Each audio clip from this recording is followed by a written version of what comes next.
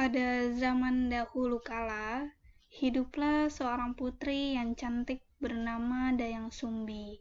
Kecantikannya begitu tersohor hingga banyak para bangsawan yang hendak meminang dirinya. Namun, semua lamaran tersebut ditolaknya, sehingga membuat para lelaki yang ditolaknya itu berperang satu sama lain. Hatinya sedih melihat hal tersebut. Ia meminta kepada sang ayah, Raja Sumbing Perbangkara, untuk mengasingkan diri. Dayang Sumbi pun mengasingkan diri di sebuah bukit dengan ditemani oleh seekor anjing bernama Tumang. Dalam pengasingan tersebut, Dayang Sumbi menghabiskan waktu dengan menenun. Suatu saat, benang tenunnya jatuh dan ia sangat malas untuk mengambilnya. Ia pun berujar, apabila ada seorang laki-laki yang mengambilkan benangnya, maka akan dinikahinya.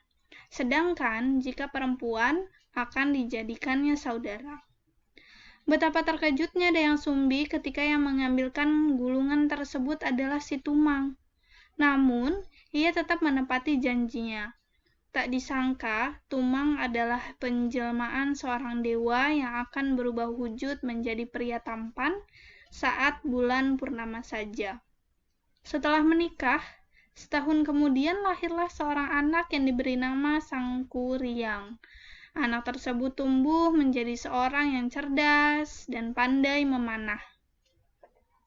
Suatu hari, sang ibu menyuruhnya berburu rusa di hutan, karena ia ingin sekali makan hati rusa.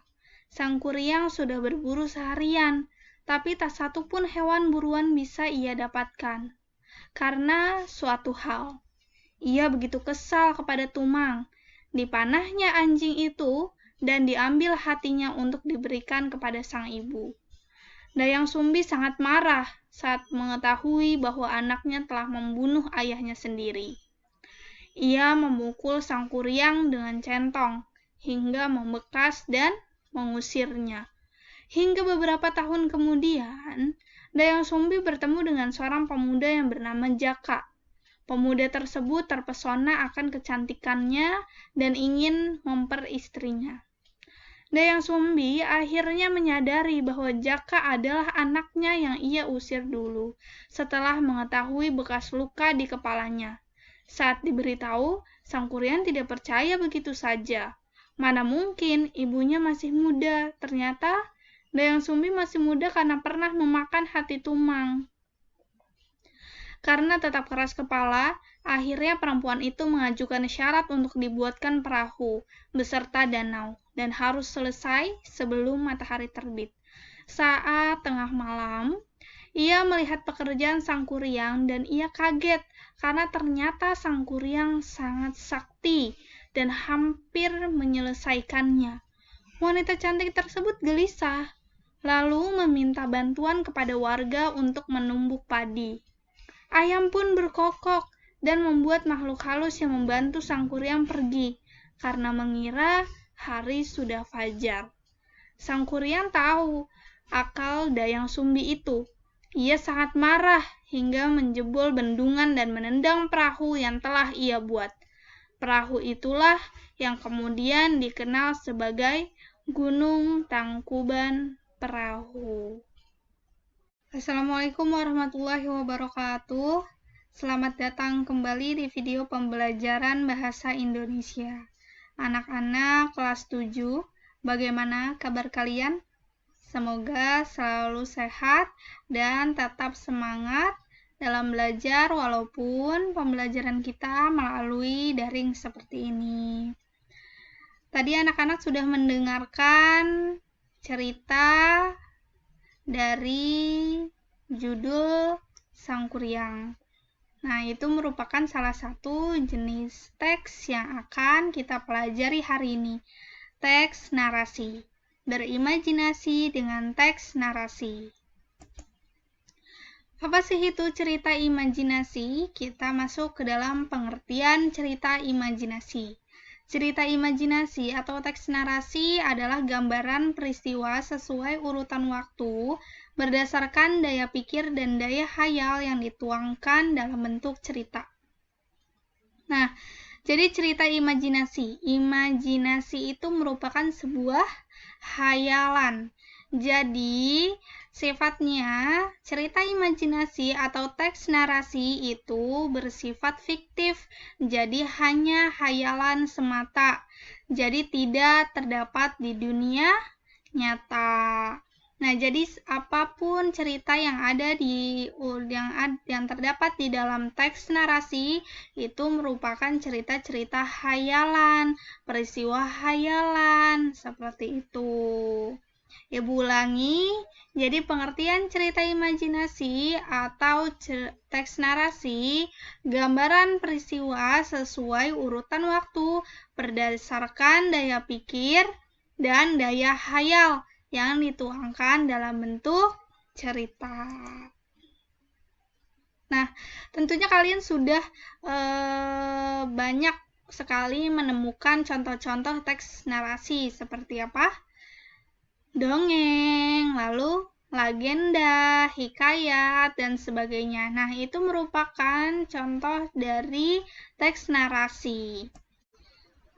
Selanjutnya, ciri umum cerita imajinasi. Yang pertama, mengandung keajaiban atau keanehan atau kemisteriusan.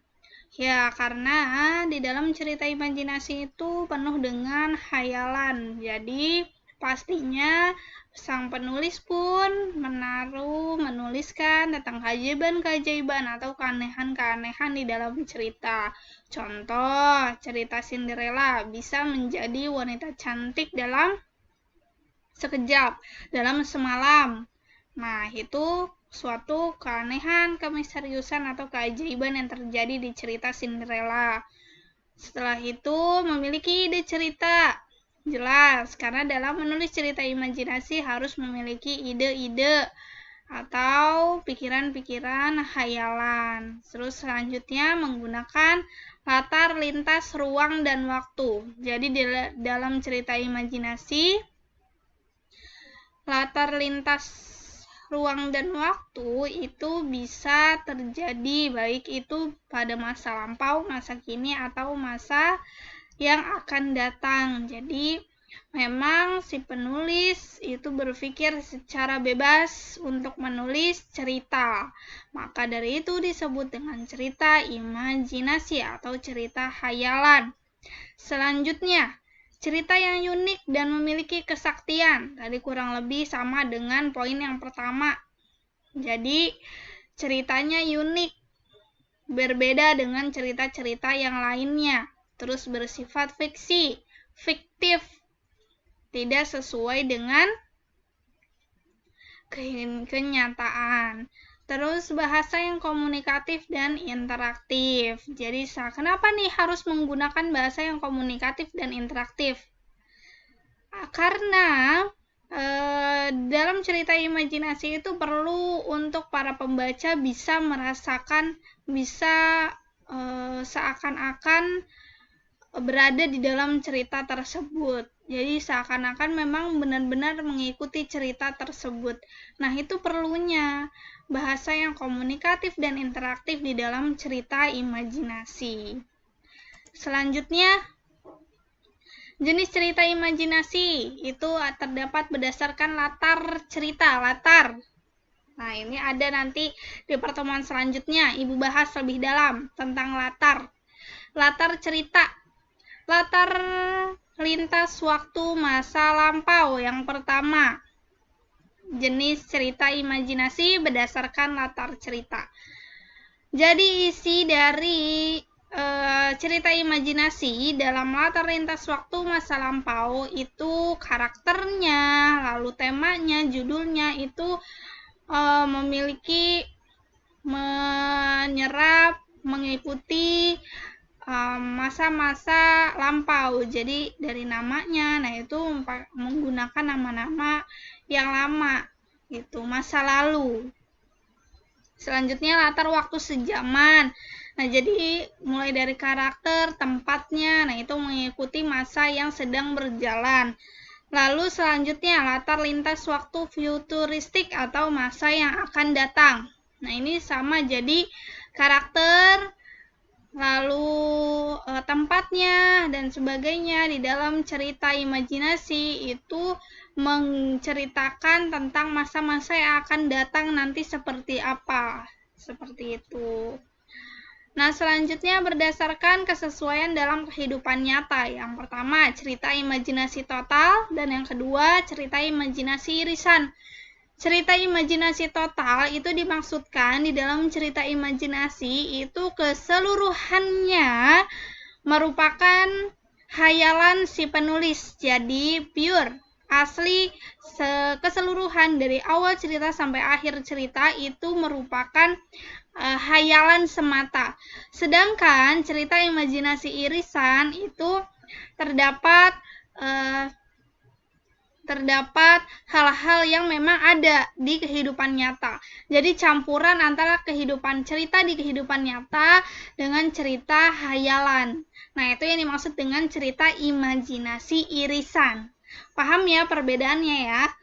Kalau cerita imajinasi total itu ceritanya mengandung keseluruhan hayalan, sedangkan cerita imajinasi irisan itu terdapat juga cerita-cerita yang memang terjadi di kehidupan nyata dan juga terjadi hanya hayalan semata. Nah, itu saja materi yang Ibu sampaikan hari ini.